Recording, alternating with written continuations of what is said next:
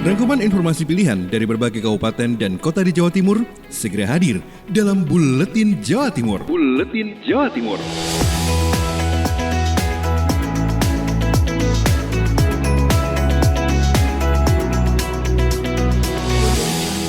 Salam jumpa sahabat, inilah Buletin Jawa Timur edisi hari ini, Jumat 13 November 2020.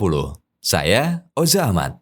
Informasi pertama datang dari Suara Gresik. Ada Isatun Hania. KPU Kabupaten Gresik lakukan antisipasi terjadinya banjir saat pilkada. Sahabat, memasuki musim penghujan, Komisi Pemilihan Umum Kabupaten Gresik lakukan antisipasi terjadinya banjir saat pelaksanaan pilkada yang akan dilaksanakan pada tanggal 9 Desember 2020 mendatang. Sekretaris KPU Kabupaten Gresik Fahrudin mengatakan pihaknya meminta PPK untuk berkoordinasi baik dengan kecamatan maupun muspika. Hal ini dilakukan agar nantinya pada hari H pelaksanaan pemilihan bupati dan wakil bupati berjalan lancar sesuai dengan tahapan. Pihak KPU Kabupaten Gresik melakukan antisipasi terhadap logistik terutama pada saat pengirimannya, mengingat beberapa wilayah di Kabupaten Gresik seperti Balong Panggang dan Benjeng rawan terkena banjir. Selain itu sahabat, KPU Kabupaten Gresik juga lakukan sterilisasi terhadap logistik yang akan diserahkan kepada masing-masing KPPS guna menghindari penyebaran COVID-19. Dan juga, Ketua KPU Kabupaten Gresik Ahmad Roni menghimbau kepada seluruh penyelenggara agar menyiapkan diri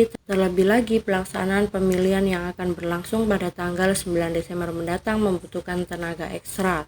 Saya Isatun Hania dari Suara Gresik melaporkan untuk Buletin Jawa Timur. Sementara itu dari Suara Sidoarjo, ada Panji Harto melaporkan Bawaslu Sidoarjo lakukan penertiban APK kampanye yang tidak sesuai dengan aturan. Sahabat, Bawaslu Kabupaten Sidoarjo mulai lakukan penertiban alat peraga kampanye paslon bupati dan wakil bupati yang tidak sesuai prosedur dan aturan sejak Minggu 1 November 2020. Haidar Munjid, Ketua Bawaslu Sidoarjo, pada Suara Sidoarjo Kamis mengatakan, dalam hal ini APK yang terpasang di sejumlah tempat baik di perkotaan dan di berbagai wilayah di Kabupaten Sidoarjo sudah mulai ditertibkan, baik dari paslon yang ikut berkontestasi ataupun bakal calon yang tidak mendapatkan rekomendasi partai politik juga ikut diamankan oleh Bawaslu Sidoarjo bersama Satpol PP dan kepolisian. Jadi beberapa APK yang tidak sesuai dengan desain ukuran yang sudah ditetapkan oleh KPU yang pertama. Terus yang kedua, APK yang cara penempatannya itu melanggar. Sahabat, Haidar Munjid menuturkan penertiban APK akan terus dilakukan oleh Bawaslu Kabupaten Sidoarjo hingga hari tenang pada Pilkada 2020, yakni pada tanggal 6 sampai 8 Desember 2020. Demikian laporan Panji Harto, Suara Sidoarjo. Dari Sidoarjo kita beralih ke Suara Kota Probolinggo. Ada Stebi Julionathan. Wali Kota pastikan perbaikan jalan segera rampung. Di sela kegiatannya menghadiri rangkaian Hari Pahlawan di Kota Probolinggo, tiba-tiba Wali Kota Hadi Zainal Abidin berhenti di depan Kelurahan Mangunharjo. Kemudian ia berjalan ke arah Jalan Ahmad Yani sambil menghubungi Kepala Dinas Pekerjaan Umum dan Penataan Ruang atau PUPR dan Perkim Agus Hartadi.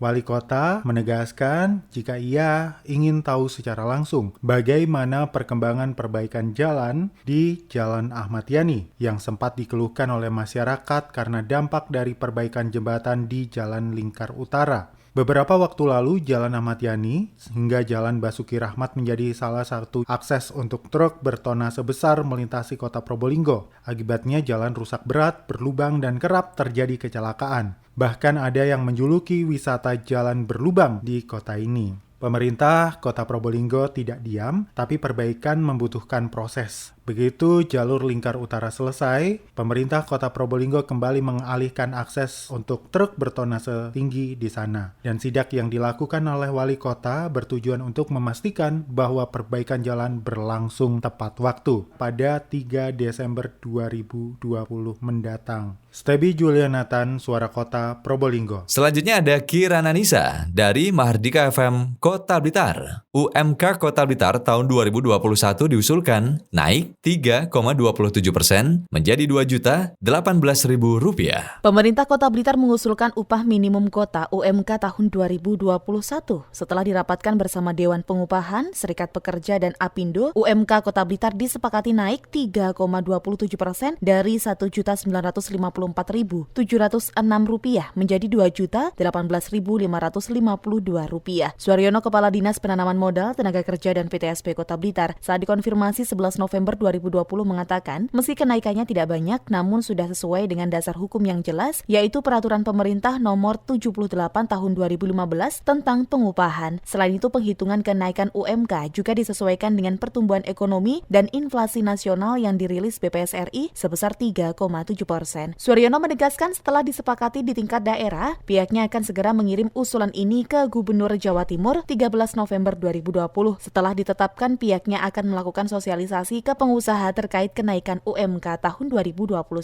Kebetulan tahun ini yang dirilis oleh BPS di angka 3,27%, sehingga angka atau persentase itu kita kalikan dengan UMK tahun lalu, sekarang menjadi Rp2.818.552,35. Suaryono mengaku sebelumnya sudah melakukan pendekatan ke beberapa perusahaan dan pengusaha terkait kenaikan UMK. Menurutnya, mayoritas perusahaan siap memenuhi gaji karyawan sesuai dengan UMK yang telah ditetapkan. Kirana Nisa, Mahardika FM. Dari Persada FM, ada Ninda Alivia melaporkan, hadapi ancaman bencana dipengaruhi faktor cuaca, BPBD Kabupaten Blitar lakukan sejumlah langkah antisipasi. Dalam rangka menghadapi ancaman bencana yang dipengaruhi oleh faktor cuaca atau bencana hidrometeorologi, seperti banjir, longsor, hingga puting beliung, Badan Penanggulangan Bencana Daerah atau BPBD Kabupaten Blitar sudah menyiapkan sejumlah langkah antisipasi. Hal itu dikatakan langsung Kepala BPBD Kabupaten Blitar Ahmad Holik yang menjelaskan sejumlah langkah itu diantaranya menyiagakan personil dan peralatan untuk kesiapsiagaan, kemudian secara rutin menyampaikan informasi tentang potensi dan kesiapsiagaan ancaman bencana hidrometeorologi kepada masyarakat, menyediakan papan atau himbauan bahaya pada lokasi yang dimungkinkan terjadi ancaman bencana longsor atau ancaman bencana lainnya, serta mendirikan posko kesiapsiagaan dan meningkatkan fungsi Pusdalop guna menerima pengaduan dari masyarakat. Menyiapkan personil, pasukan, peralatan semua sudah kita siapkan. Kita juga sudah bentuk posko di BPBD untuk bencana hidrometeorologi itu juga, dan menyiapkan laporan kalau ada pengaduan melalui call center 112 itu langsung ditangani oleh BPBD untuk yang hubungannya dengan bencana. Tidak hanya itu, BPBD juga menyiapkan bantuan logistik untuk korban bencana hidrometeorologi baik sembako ataupun material bangunan. Ninda Alivia, Radio Persada FM Blitar. Dari Blitar kita bergeser ke Realita FM Pamekasan, ada Kholik Maulidi. Berstatus zona kuning, Disdik Pamekasan gelar rakor pembelajaran ke depan. Kabupaten Pamekasan telah berstatus zona kuning, tersisa 4 kecamatan berstatus zona oranye dari 13 kecamatan di Kabupaten Pamekasan. Oleh sebab itu, Dinas Pendidikan atau Disdik Pamekasan gelar rapat koordinasi pendidikan tentang sistem pembelajaran yang akan dilaksanakan ke depannya. Bupati Pamekasan Badrut Tama melalui Sekretaris Daerah Toto Hartono mengatakan dimulainya masa pelaksanaan pembelajaran sejak tanggal 23 September 2020. Namun sampai saat ini belum ada hal-hal maupun pelaporan adanya kendala dan gejala negatif dari masyarakat Pamekasan yang dikaitkan dengan pandemi COVID-19.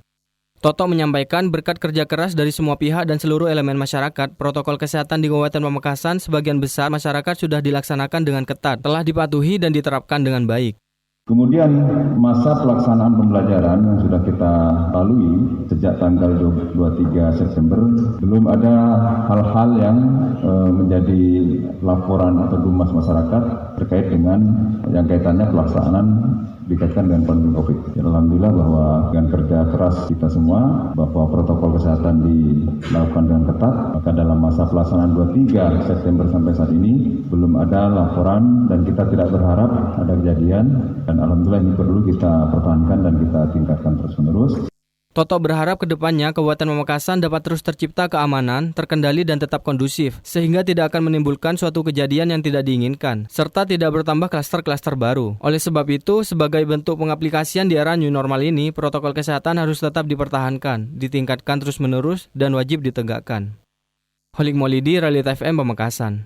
Selanjutnya ada Henti Ludiana dari Suara Ngawi. penyerahan sertifikat hak atas tanah untuk masyarakat. Joko Widodo, Presiden Republik Indonesia, menyerahkan sertifikat hak atas tanah untuk masyarakat di 201 kabupaten dan kota se-Indonesia, termasuk Kabupaten Ngawi yang digelar secara virtual bertempat di Pendopo Widyagraha Senin 9 November kemarin. Hadir dalam acara tersebut, Budi Sulistyo Kanang Bupati Ngawi bersama Ganang Anindito, Kepala Kantor Pertanahan Ngawi, juga Forkompimda Ngawi. Usai penyerahan sertifikat tanah secara virtual, Kanang menyampaikan untuk Kabupaten Ngawi pencapaian PTSL telah mencapai target 30.000 bidang tanah disertifikatkan, sedangkan tahun depan ditargetkan sebanyak 57.000 bidang tanah akan disertifikatkan. Hal ini sesuai dengan target yang dicanangkan oleh Presiden Republik Indonesia pada tahun 2025 bahwa seluruh bidang tanah di Indonesia harus memiliki sertifikat termasuk Kabupaten Ngawi. Dalam preskonnya, Kana mengatakan untuk hambatan terbesar dalam proses adalah kekhawatiran masyarakat terhadap lambat serta uletnya proses persertifikatan tanah, ditambah belum lagi adanya pembagian waris yang belum jelas sehingga membuat masyarakat enggan mensertifikatkan bidang tanahnya. Henti Ludiana, LPPL Suara Ngawi. Selanjutnya dari Suara Madiun, Ben Chandra menginformasikan Wali Kota berencana tambah fasilitas driving range di Taman Lalu Lintas Bantaran Kali Madiun. Musim hujan telah datang, bahkan debit air Sungai Bengawan Madiun sempat naik dikarenakan curah hujan yang cukup intens di sekitar lereng Lawu dan Wilis. Wali Kota Madiun Meidi langsung mengambil tindakan untuk membersihkan plengsengan Kali Bantaran. Apalagi Kota Madiun berada di hilir sungai, artinya air lereng Lawu dan Wilis akan masuk ke Sungai Bengawan dan melintasi Kota Madiun. Pembersihan ini diharapkan membuat aliran semakin lancar. Selain turut mengawasi pembersihan, Wali Kota Madiun Meidi juga berencana menambah fasilitas di bantaran Sungai Bengawan, yakni pembuatan driving range atau tempat para golfer untuk melatih ayunan dan pukulan. Hal ini sebagai sarana mewadahi para atlet Kota Madiun untuk berlatih dan mengasah kemampuannya. Lokasi di sekitar Sungai Bantaran juga akan membiasakan atlet dengan lokasi golf yang melewati area perairan.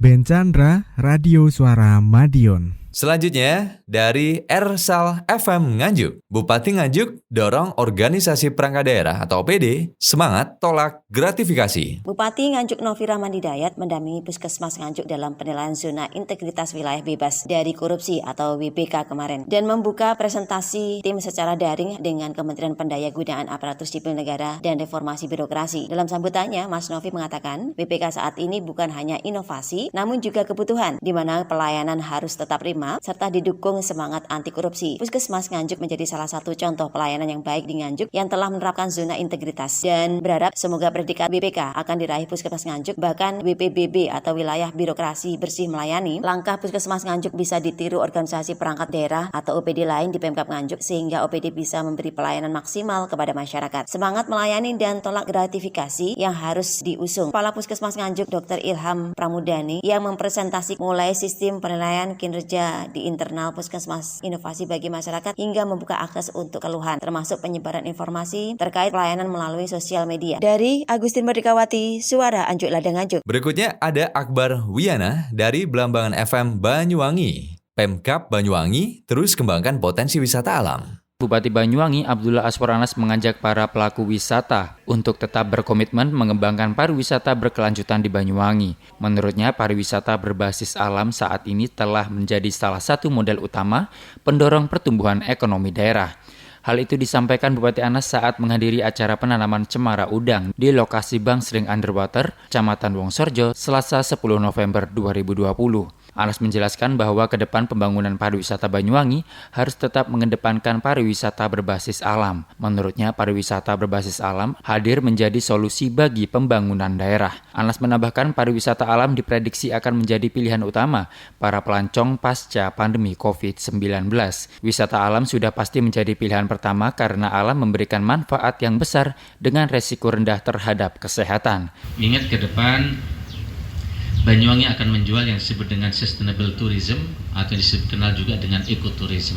Inilah Pak Irwan yang harus kita jaga ketika banyak di tempat terlalu membangun gedung-gedung, bangunan-bangunan, tapi ekosistem tanaman-tanaman ini ke depan harus kita perbanyak. Sementara itu, pengelola Bank Sering Underwater, Ikhwan Arif, mengaku sepakat dengan apa yang dikatakan Bupati Anas. Kendati sempat tutup selama 3 bulan, kini Bank Sering Underwater mulai ramai dikunjungi wisatawan.